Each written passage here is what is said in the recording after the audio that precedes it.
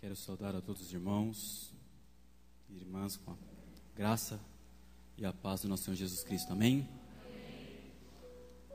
Quero convidar todos a abrir a sua Bíblia em Gênesis, capítulo de número 3.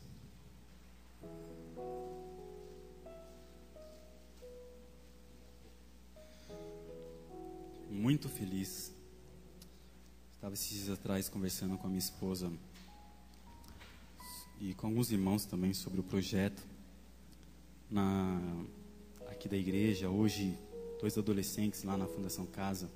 Eu faço um trabalho de capelania lá. Toda sexta-feira a igreja faz, perdão. E eu sou quem dá assistência lá como parte da equipe. E 2 meninos passaram 2 horas comigo conversando sobre o que é a igreja, como que é a igreja, né? 2 meninos saíram de lá com a promessa de vir aqui, e eles ficaram perguntando: nossa, mas eu vejo você vindo aqui, às vezes não dá tanto tempo a gente conversar. Você prega de quinta-feira com a equipe, e de sexta-feira você vem, e direto os meninos te pedem para atender. É raro te ver aqui no raio, no laboratório, no salão, para a gente poder conversar, e você sempre tem alguém para atender.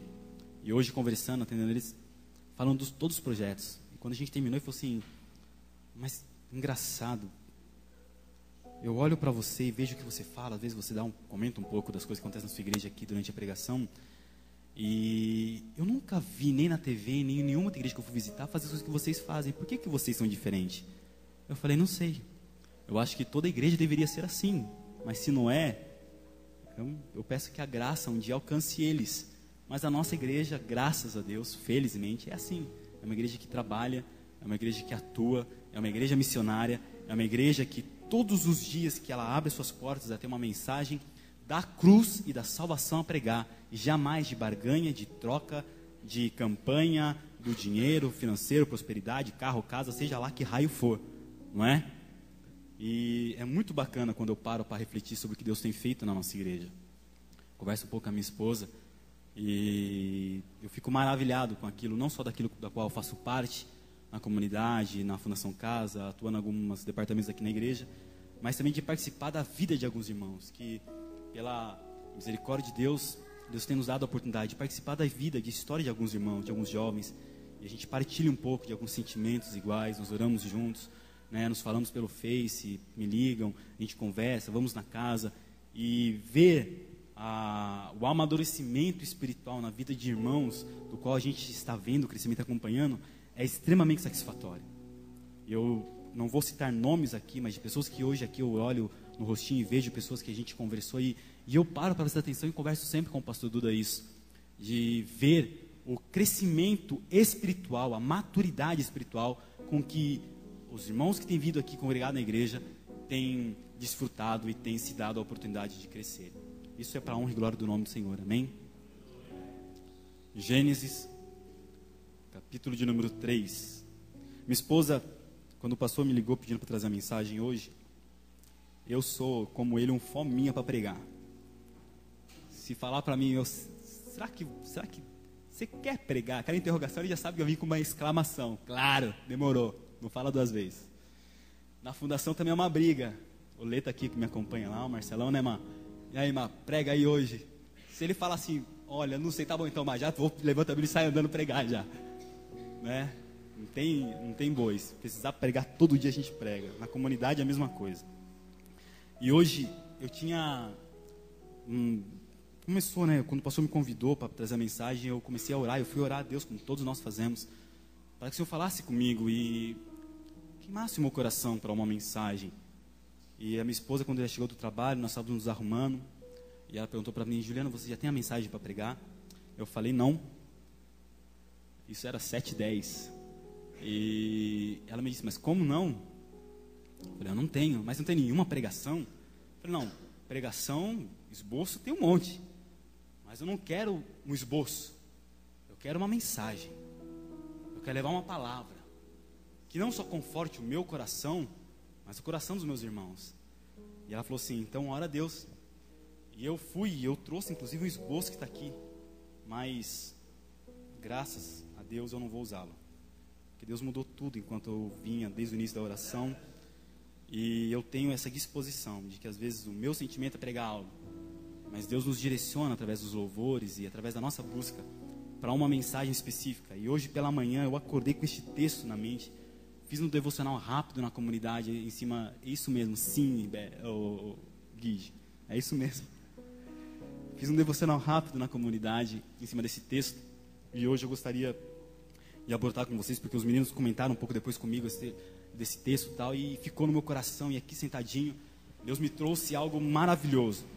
É um texto que é raro às vezes a gente ouvir pregar, a gente se preocupa tanto com as outras mensagens, principalmente a igreja evangélica, pega tantas mensagens de vitória e de prosperidade, que pouco fala acerca do amor, da graça e do perdão de Deus.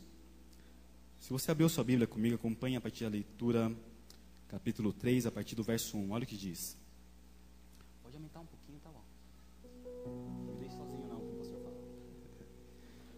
fala. Não amarela não. Difícil um negão desse amarelar, mas tudo bem. Não amarela não. Mas a serpente, a mais sagaz que todos os animais selváticos que o Senhor Deus tinha feito, disse à mulher: é assim que Deus disse? Não comereis de toda a árvore do jardim?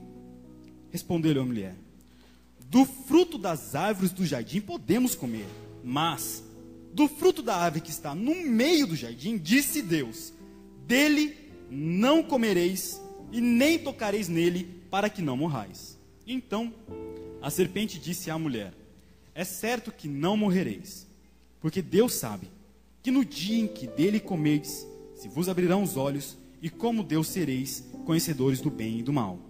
Vendo a mulher que a árvore era boa para se comer, agradável aos olhos, e a árvore desejável para dar entendimento, tomou-lhe o fruto e comeu, e deu também ao marido, e ele comeu.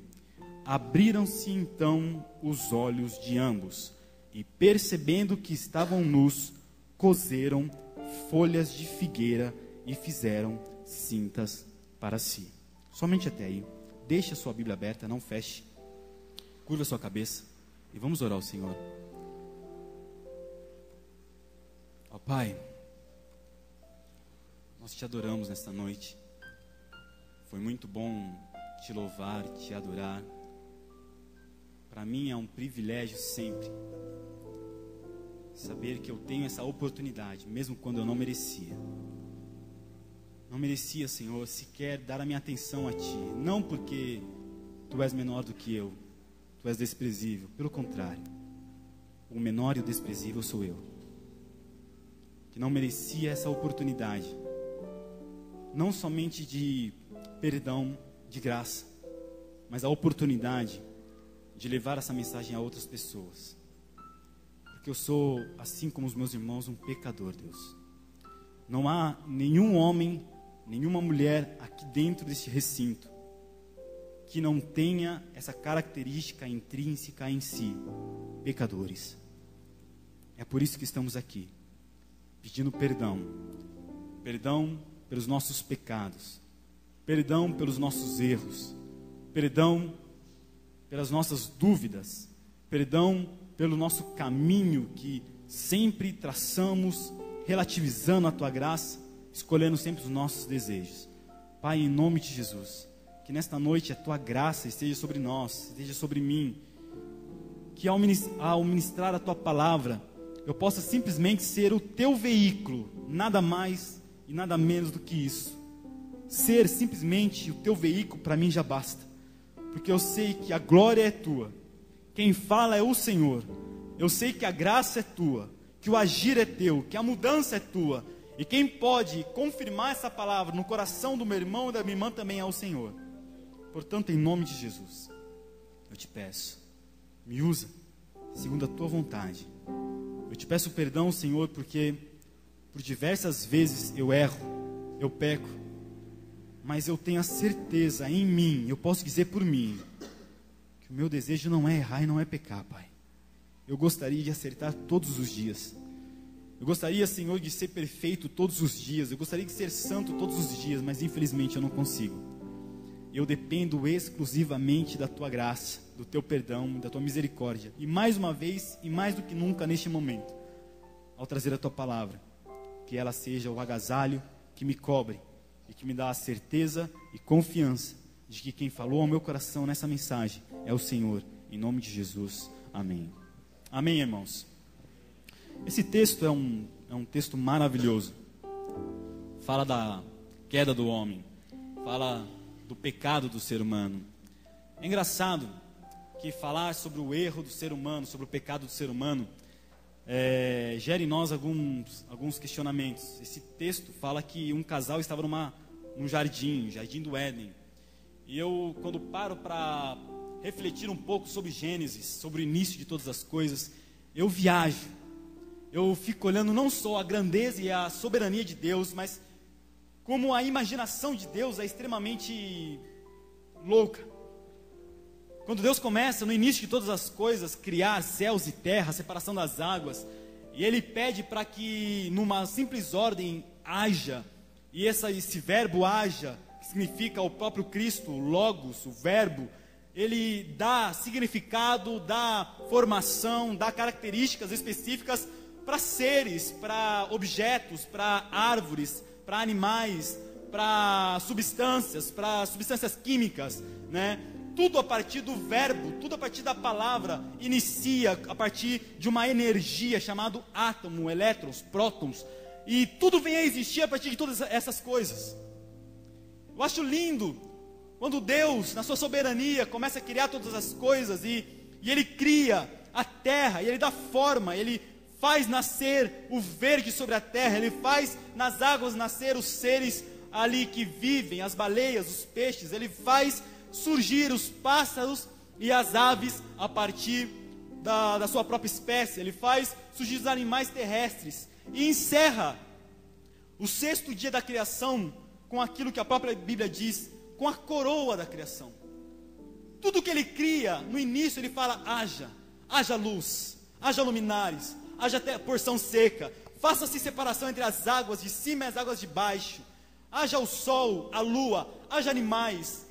Mas no 6º dia, quando Ele pensa em criar um ser que o adore em espírito e em verdade, Ele não diz haja, Ele diz vamos, Ele diz desçamos à terra. Ele poderia dizer faça-se o homem, mas não, Ele desce na terra, Ele se contamina com barro, Ele suja as mãos, Ele molda um boneco, Ele dá características nesse boneco segundo a sua imagem e semelhança, e depois sopra nas narinas deste boneco o fôlego de vida. Ele diz: o teu nome será homem, e eis que te colocarei para governar toda a terra. E traz então para este homem todos os animais que existem, para que ele nomeie.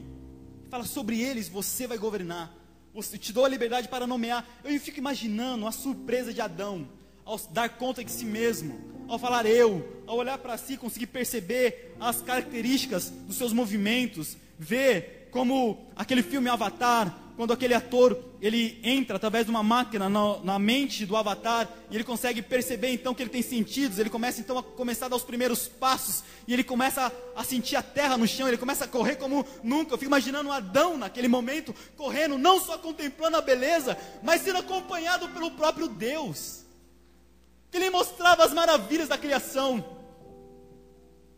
E Deus então traz diante dele o leão, traz a onça, e ele começa a dar o nome: esse vai ser leão.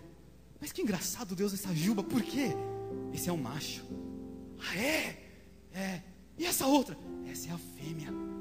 E traz a girafa diante dele e fala: esse vai ser girafa. Mas Deus, por que o pescoço deste tamanho? É um simples prazer meu, capricho, só para fazer diferente. Imaginei e criei assim. E traz os pássaros, e ele começa a ver cada pássaro que existe, ele começa a nomear, e começa a perceber a beleza dos sons que ele emite, e começa a perguntar para Deus: Deus, por que eles cantam? Ele fala: não somente eles, mas a natureza me louva. E traz então, e leva ele até o mar, e traz os peixes à beira do mar, para que ele pudesse nomear, e vem as baleias, começa a saltar, e fala: o que é aquilo? Eu quero que você dê nome a ela. Vai se chamar baleia, vai se chamar golfinho. Eu fico viajando essas características da criação. E depois de Adão percorrer por toda a terra e todos os animais, ele vê que cada um tem o seu casal, e ele olha para si e se vê sozinho. A Bíblia fala que ele vai para o canto e ele se emudece, ele se entristece. E Deus, na sua soberania, isso que eu acho lindo de Deus, ele poderia criar um ser no qual ele, sendo Deus, preenchesse integralmente o homem sem necessidade de nenhum outro, porque ele é Deus.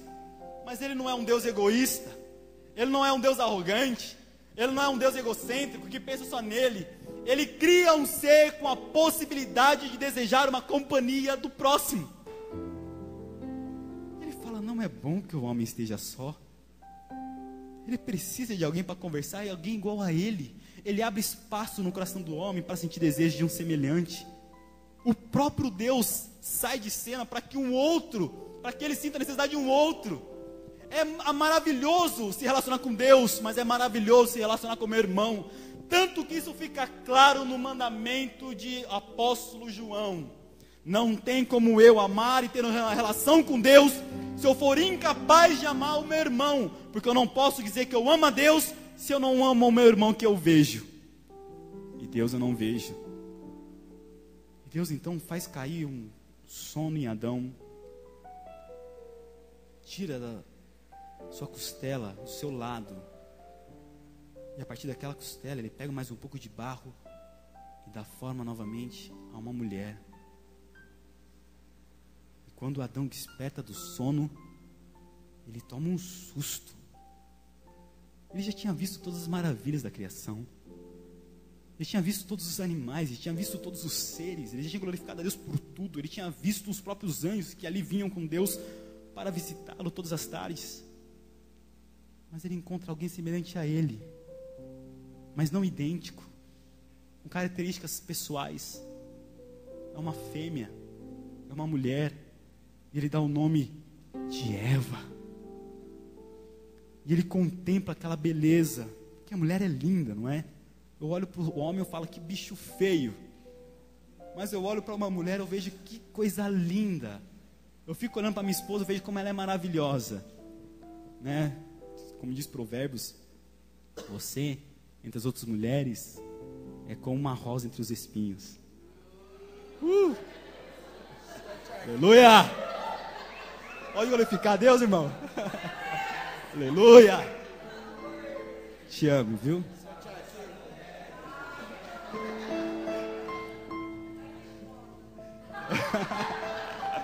Essa é a minha esposa. Eu tenho que semear, né, irmão? Tem que fazer minha parte. Aproveitar a oportunidade pública. E eu acho lindo uma mulher. É por isso que eu sou casado com uma. E eu fico imaginando Adão descobrindo nela e querendo levar ela para mostrar todas as coisas, pegando na mão dela e correndo com ela pelo jardim, mostrando, olha, esse é o leão, esse é a onça, esse é o tigre, esse é a girafa. Eu imagino qual o trabalho que Adão deve ter tido com uma mulher do lado apresentando o mundo. Mas por que tem que ser assim? Não é? Mas por que tem que ser o pescoço desse jeito? Deus não poderia fazer o pescoço um pouco menor?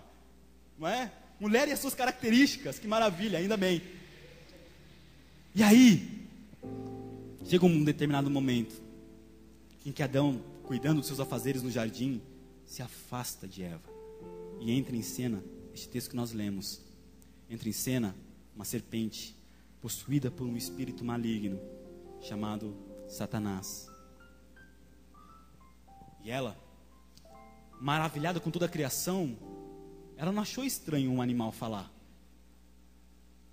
Para quem olha uma girafa com pescoço daquele tamanho, um animal falar, existia coisa ainda no jardim que ela não tinha conhecido. Então quando ela vê um animal falando com ela, um réptil falando com ela, ela não se surpreende. Pelo contrário, fala, nossa, Deus é louco mesmo. Até um animal falando, que da hora, aproveitar que Adão não está aqui, eu bater um papo aqui para conversar, eu tenho necessidade de falar. Não é? E aí... Não faz isso, Gui, não dá risada assim. Eu tenho necessidade de partilhar, de conversar. E aí, num bate-papo com a serpente, ela fala assim, mas me responde uma coisa. Foi assim que Deus disse? Você não pode comer nenhuma árvore do jardim? Ela falou, não é verdade. Deus disse que eu posso comer de todas. Agora ele disse da árvore que está no meio. Essa eu não posso nem comer e nem tocar. A mulher sempre gosta de aumentar um pouquinho, né? Porque olha o que Deus disse.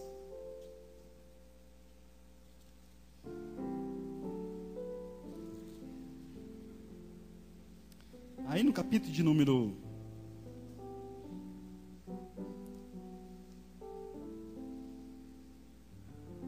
2, versículo 17. 15. E tomou, pois, o Senhor Deus ao homem e colocou no jardim do Éden para cultivar e guardar. E o Senhor Deus lhe deu esta ordem. Olha o mandamento de Deus. De toda a árvore do jardim comerás livremente, mas da árvore do conhecimento do bem e do mal não comerás, porque no dia em que dela comeres, certamente morrerás. Cadê o dela tocar? Ela, querendo se justificar, disse, eu não vou comer e não posso nem tocar. A serpente fala, não é bem assim. Sabe por que Deus disse isso? Porque Ele tem medo que você seja igual a Ele. Porque no dia que você comer, você vai ser como Deus. E ela então muda a partir disso o olhar para o fruto. Que até então ela passava todos os dias e nada chamava a atenção dela. E ela pega o fruto. Olha o que diz a Bíblia. E ela vendo que a árvore era boa para se comer, agradável aos olhos, e a árvore desejável para dar entendimento, tomou-lhe o fruto e comeu. E não simplesmente comeu, trouxe também do fruto ao marido, e ele também comeu. Só que algo acontece quando os dois comem o fruto. Os olhos, o olhar deles mudaram. Não aprenderam sobre o bem e o mal, mas aprenderam o peso da desobediência de uma ordem de Deus. Aprenderam sobre o peso do erro da ordem de Deus. Aprenderam sobre as consequências de um pecado contrário à vontade de Deus. E eles então, como todo ser humano, quando erra, quando peca, tenta iniciar uma produção para cobrir o seu próprio erro, o seu próprio pecado. E é isso que eu quero falar com vocês nessa noite. Olha o que diz o verso de número 7. Abriram-se então os olhos de ambos, e percebendo que estavam nus, coseram folhas de figueira e fizeram cintas para si. Quando eles percebem que eles pecaram, quando eles percebem que os seus olhos foram abertos, e eles olharam para si e tiveram vergonha, e cobriram então a sua nudez, um do outro, se constrangeram, eles automaticamente perceberam que o fruto gerou uma produção neles, mas não gerou produção do conhecimento do bem e do mal, gerou uma produção da consciência do pecado, do erro, da transgressão. E todo ser humano que transgride sabe que erra e tenta de alguma forma cobrir o seu pecado. Ele desencadeia numa produção para encobrir o seu pecado, e é aí que é a grande questão. O ser humano, toda a produção do ser humano para cobrir o seu erro é simbolizado nessas folhas de figueira. Que a Bíblia diz que eles cozinharam a folha, teceram um cinto e cobriram sua nudez. Só que folha não é eterno. Folha não dura para sempre. Chega um determinado tempo, o que acontece com ela? Ela seca e cai, de modo que ela vai necessitar de uma nova folha, um novo cinto, e quanto mais ela necessita, mais ela vai necessitar, e ela desencadeia numa produção de mecanismo de tentar cobrir o seu erro, dia a dia, semana após semana, e enquanto ela não se arrepende, não pede perdão, esse mecanismo se estabelece como um padrão de vida, de modo que o ser humano não consegue, nunca conseguir de uma vez por todas, cobrir o seu erro. Aí vem Deus visitá-lo pela tarde, como fazia todos os dias, no horário vespertino, volta das 5:30, 6 horas da tarde, sol se pondo, Deus se apresenta no jardim. E eles sabem disso, pressentem e saem disparados, tentando se distanciar ao máximo do ponto onde Deus sempre se encontrava com eles. O ser humano que antes tinha prazer na presença, o ser humano que antes tinha prazer nos conselhos, o ser humano que antes tinha prazer de caminhar, de voar, de ser apresentado todas as coisas pelo próprio Deus, e contemplar o pôr do sol ao lado do próprio Criador, agora foge de Deus. Foge daquele que criou ele com todo carinho. Foge daquele que tomou em seus braços e soprou o fôlego de vida. Foge daquele que lhe deu uma ajudadora. Foge daquele que deu o mundo para que ele governasse. Foge daquele que queria simplesmente que ele o amasse de todo o coração e não transgredisse o seu mandamento. E Deus então se põe a correr atrás de Adão. É isso que eu acho lindo. Embora Deus saiba onde ele está, diz a Bíblia que Deus passa então a chamar Adão. Adão, onde estás? E Adão então corre. Quanto mais ele corre, mais ele ouve a voz. Adão, onde estás? E ele corre, vem Eva, vamos se esconder, porque ele vai nos achar. E Adão, onde estás? E Deus, a Bíblia põe um Deus que corre atrás do ser humano. E põe também um ser humano que erra correndo de Deus e não para Deus. E ele corre de Deus, ele tenta se afastar de Deus. Porque na sua consciência, Deus era muito justo, Deus era santo, Deus era o Criador, ele ia fulminá-los. É um pouco da consciência que nós temos a respeito de Deus. Imaginamos um Deus carrasco, imaginamos um Deus rancoroso, imaginamos um Deus mesquinho, um Deus que está sentado num alto sublime trono, longe, distante, não aqui. Ele não é o Emanuel, ele não é o Deus comigo, o Deus para mim. Ele é o Deus de longe, que me cobra, que exige, que me condena.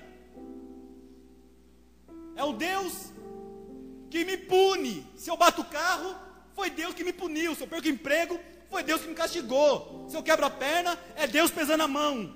Essa visão é uma visão extremamente mesquinha e medíocre de um Deus que não é o Deus da Bíblia. Deus da Bíblia vai atrás do ser humano, aonde quer que ele esteja, e vai correndo dizendo: Adão, aonde está? Adão, aonde está? Adão, aonde está? Em todos os becos, em todas as vielas, em todas as favelas, seja num quarto escuro, debaixo do travesseiro, com coberta em cima, tentando se esconder de não sei o que. Deus visita debaixo da coberta e diz: Adão, aonde estás?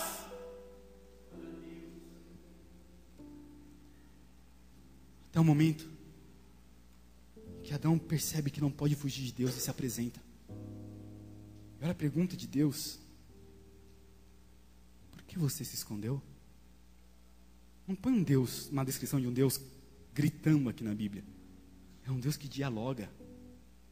Por que você se escondeu, Adão? Ele já vai automaticamente dizendo, olha o que diz.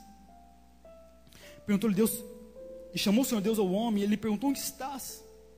E o homem disse, saiu como, parece aquela criancinha que erra, né? Que sai cabeça baixa, mãozinha para trás.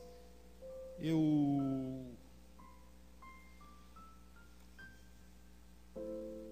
percebi que eu estava nu e eu me escondi com vergonha do Senhor. Aí vem Deus e diz: quem te fez saber que estavas nu? Será que Deus não sabia que ele tinha comido da árvore do fruto? Será que Deus já não sabia, não tinha visto? Deus não tinha assistido a serpente? Será que o universo, os cosmos, será que os anjos não pediram para Deus um aval? Será que Miguel não pediu para Deus um aval? Olha o que a serpente vai fazer. Yahvé, Senhor Jeová, ela vai enganar a tua criação, ela vai fazer com que ele peque. Vamos lá intervir agora. Deus fala: não, eu dei ao ser humano a liberdade de escolha. Eu não quero robôs me adorando. Eu quero seres humanos que me adorem em espírito e em vontade, que sejam livres para desejar me adorar. Será que Deus não sabia? Claro que ele sabia. Mas mesmo assim, ele se faz de desentendido e espera uma resposta do homem. E pergunta: quem te fez saber que estavas nu? Comeste porventura da árvore de que eu ordenei que não comeste? Olha a resposta do homem. Qual é a resposta que Deus imaginaria que ele daria? Queria ouvir dele: sim, Senhor, eu comi. Foi isso que eu fiz. O Senhor me perdoa? Mas não foi isso que Deus ouviu. Olha o que Deus ouviu: a mulher que tu me deste por esposa me deu do fruto e eu comi. Em quem que ele jogou a culpa? Em Deus. Eu só errei, eu só comi por tua culpa. Porque se você não me desse dado a mulher, eu não teria comido. Eu conseguiria me segurar. Ela foi mais fraca do que eu. Então, se existe algum culpado aqui, não sou eu. Se existe algum culpado aqui, é o Senhor. Aí Deus olha para a mulher e fala: por que você fez isso? A mulher, da mesma forma, vendo que o homem passou a bola, olha para a serpente e fala: foi a serpente que me enganou, Deus. Deus olha para a serpente e aí, filha, a serpente foi mais homem que Adão. É isso mesmo, foi eu. Não tinha ninguém mais atrás, só ela no jardim. E falou: fui eu mesmo, segura o B.O. Fui eu, Deus. Aí Deus dá uma sentença, olha o que diz. E então o Senhor disse à serpente: visto que fizeste isso, maldita és entre todos os animais domésticos, e o és entre todos os animais selváticos. Rastejarás sobre o teu ventre, comerás do pó da terra da tua vida. Porém, inimizade entre ti e a mulher, e entre a tua descendência e o seu descendente. Este te ferirá a cabeça, e tu, serpente, lhe ferirás o calcanhar. E a mulher disse: multiplicarei sobremodo os sofrimentos da tua gravidez, em meio de dores darás à luz a filhos, e o teu desejo será unicamente para o teu marido, e ele te subjugará. E Adão disse: visto que atendeste à voz da tua mulher e comeste. Olha a resposta de Deus para Adão. Adão falou para Deus que a culpada era ele. Olha a resposta de Deus para Adão: visto que tu comeste da árvore que a tua mulher, Deus devolveu. A mulher não é minha, é tua, eu que te dei. Visto que comeste da árvore, do fruto que a tua mulher, que eu disse que ordenara que não comeste, maldita é a terra por tua causa. Em fadigas obterás dela o sustento durante os dias da tua vida. Ela produzirá também cardos e abrolhos, e tu comerás a erva do campo. No suor do teu rosto comerás o teu pão, até que tornes a terra, pois dela foste formado, porque tu és pó, e ao pó tornarás. E deu ao homem o nome de Eva, a sua mulher, por ser a mãe de todos os seres humanos. E fez o Senhor, presta atenção nisso, Deus, e fez o Senhor Deus vestimenta de peles de cordeiro para Adão e sua mulher, e os, o que está escrito aí? E os, verso de número 7, abriram-se então os olhos de ambos, e percebendo que estavam nus, coseram folhas de figueira e fizeram cintas para si, produção humana. E vem Deus, verso de número 21, fez Deus vestimenta de peles para Adão, de um cordeiro, e vestiu Adão e a sua mulher. Entenda o seguinte: o ser humano, quando erra, como Adão e Eva pecou, eles foram e tentou dar um jeitinho para conseguir se cobrir do seu pecado. O ser humano nunca vai conseguir, por mérito próprio, por formulações próprias, por trabalho próprio, por esforço próprio, se justificar do seu pecado diante de Deus. O que ele faz meramente é uma cinta de figueira, que hoje está nele, amanhã se seca, ele precisa de outra, de uma outra mentira, de uma outra mentira, e de outro engano, e de um outro engano, e o outro ser humano vai contando mentiras em cima de mentiras, e engano em cima de engano, chega a um ponto que ele não sabe qual é a mentira e qual é a verdade, que confunde a verdade com mentira, ao ponto dele pensar que a mentira que ele está falando é a verdade, acredita nela como se fosse verdade, mas é uma pura mentira. Porque tudo isso é uma produção humana. O ser humano sempre vai errar. O ser humano nunca vai conseguir cobrir-se a si mesmo com algo que lhe faça agradável a Deus, com algo que lhe apresente diante de Deus. Toda a produção humana, Deus olhou para aquilo e disse: vocês tentaram cozinhar vestes para vocês mesmos a partir de folhas. Você acha que folhas cobre o seu pecado? Você acha que folhas cobre a tua nudez? Você acha que folhas, a partir do teu trabalho, cobre a tua nudez? Somente eu posso fazer uma veste que te cobre, que nunca mais mostrará a tua nudez, que nunca mais mostrará o teu pecado. E você tem que entender o seguinte: toda vez que o ser humano peca, por causa do pecado do ser humano, do erro do ser humano, existe uma condenação. E Deus então pega na mão de Adão e Eva e sobe a colina do Éden. Adão, tenho certeza que ficou preocupado. É agora que a gente morre. É agora que tudo acaba. Mas no meio do caminho, Deus passa entre os rebanhos de um cordeiro e fala para Adão: pegue um cordeiro para ti e um cordeiro para Eva. Os dois carreguem e vamos comigo na colina. Estou parafraseando, tá? Não está isso na Bíblia. E quando chega lá, o homem, sem entender o que estava acontecendo, Deus prepara então um altar de pedra.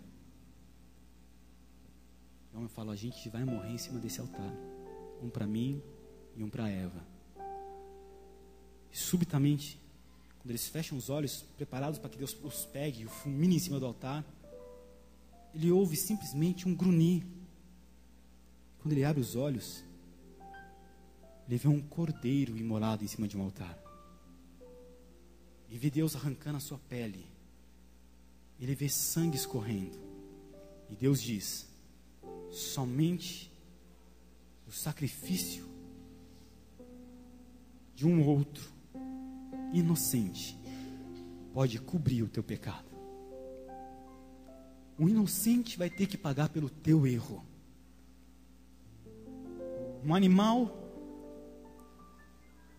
cuja vida simplesmente é alegre.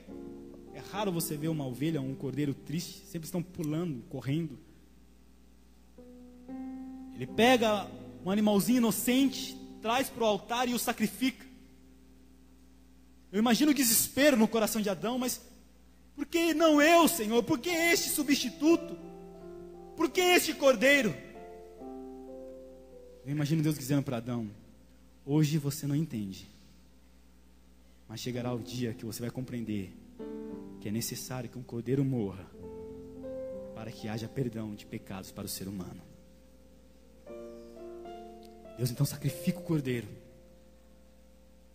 arranca-lhe as peles e veste, a partir do sacrifício, a nudez do homem e diz: agora vocês estão vestidos. E tira eles do jardim. Sabe o que simboliza isso?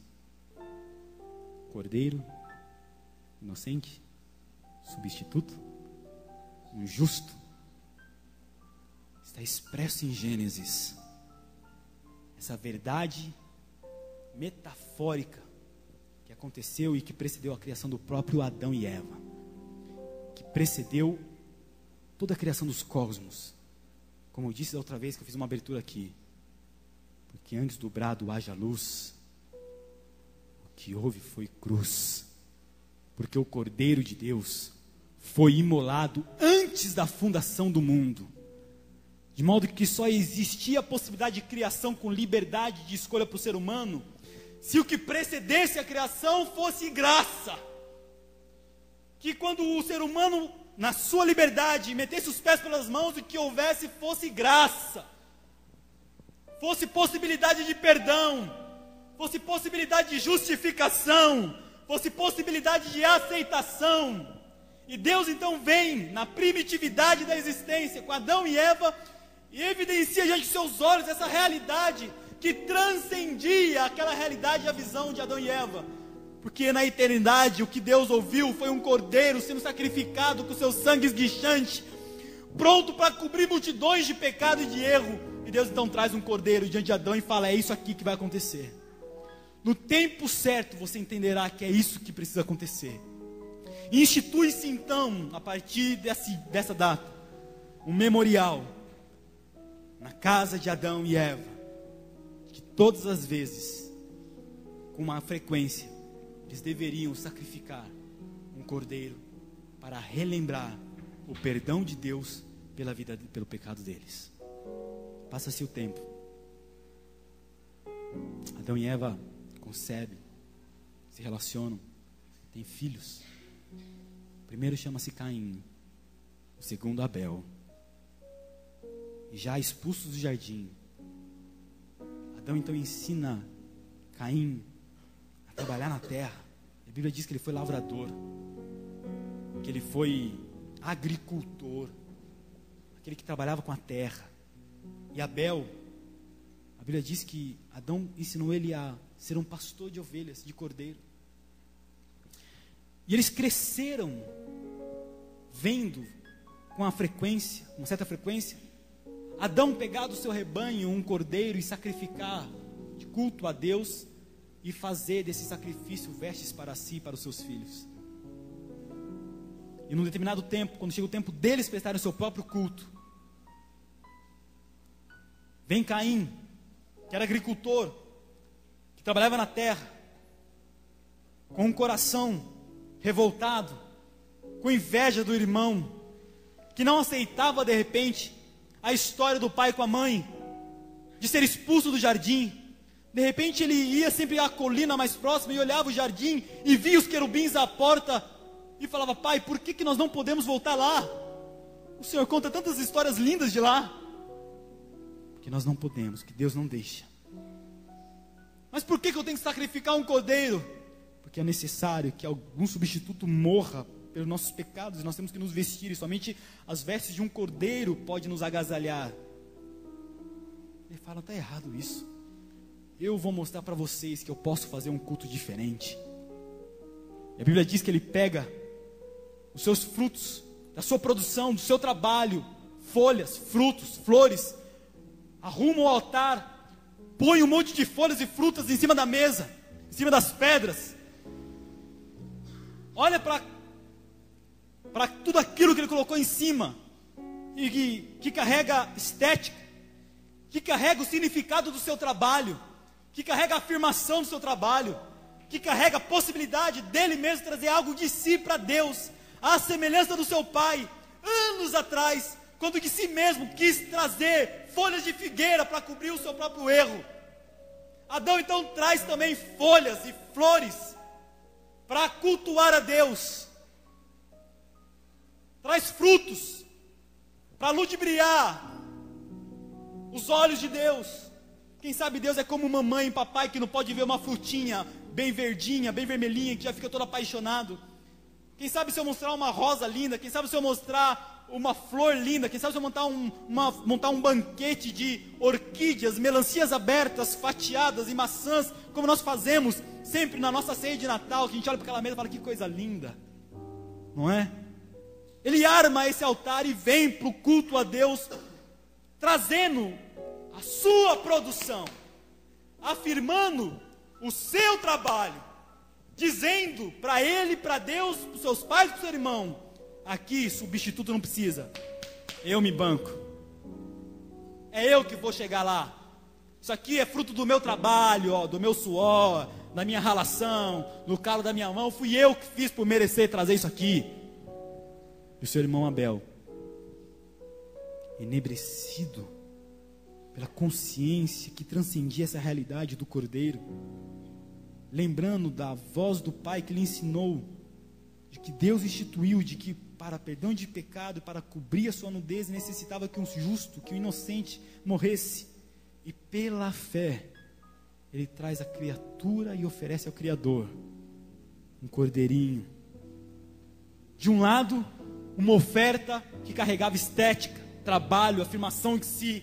Do outro lado, uma oferta feia, sanguinolenta, um animal com as vísceras à mostra, com sangue escorrendo entre as pedras, moscas. Mas num determinado momento, vem Deus e manda fogo do céu e consome o sacrifício de Abel, simbolizando que ele aceitava aquilo. E não acontece nada com o sacrifício de Caim. E ele fica ali parado e passa a tarde e nada acontece. Abel sai louvando a Deus porque Deus aceitou seu sacrifício e sai com a pele do cordeiro. Caim fica ali, seu semblante cai, ele fica magoado e Deus vem para ele e diz: por que descaiu-lhe o teu semblante, Caim? Por que estás com raiva e ódio? Não é certo, se procederes bem no teu coração, a tua oferta será aceita. Cuidado com seus caminhos, porque o maligno jaz à porta, a espreita para te pegar. O que isso tem a ver comigo e com você?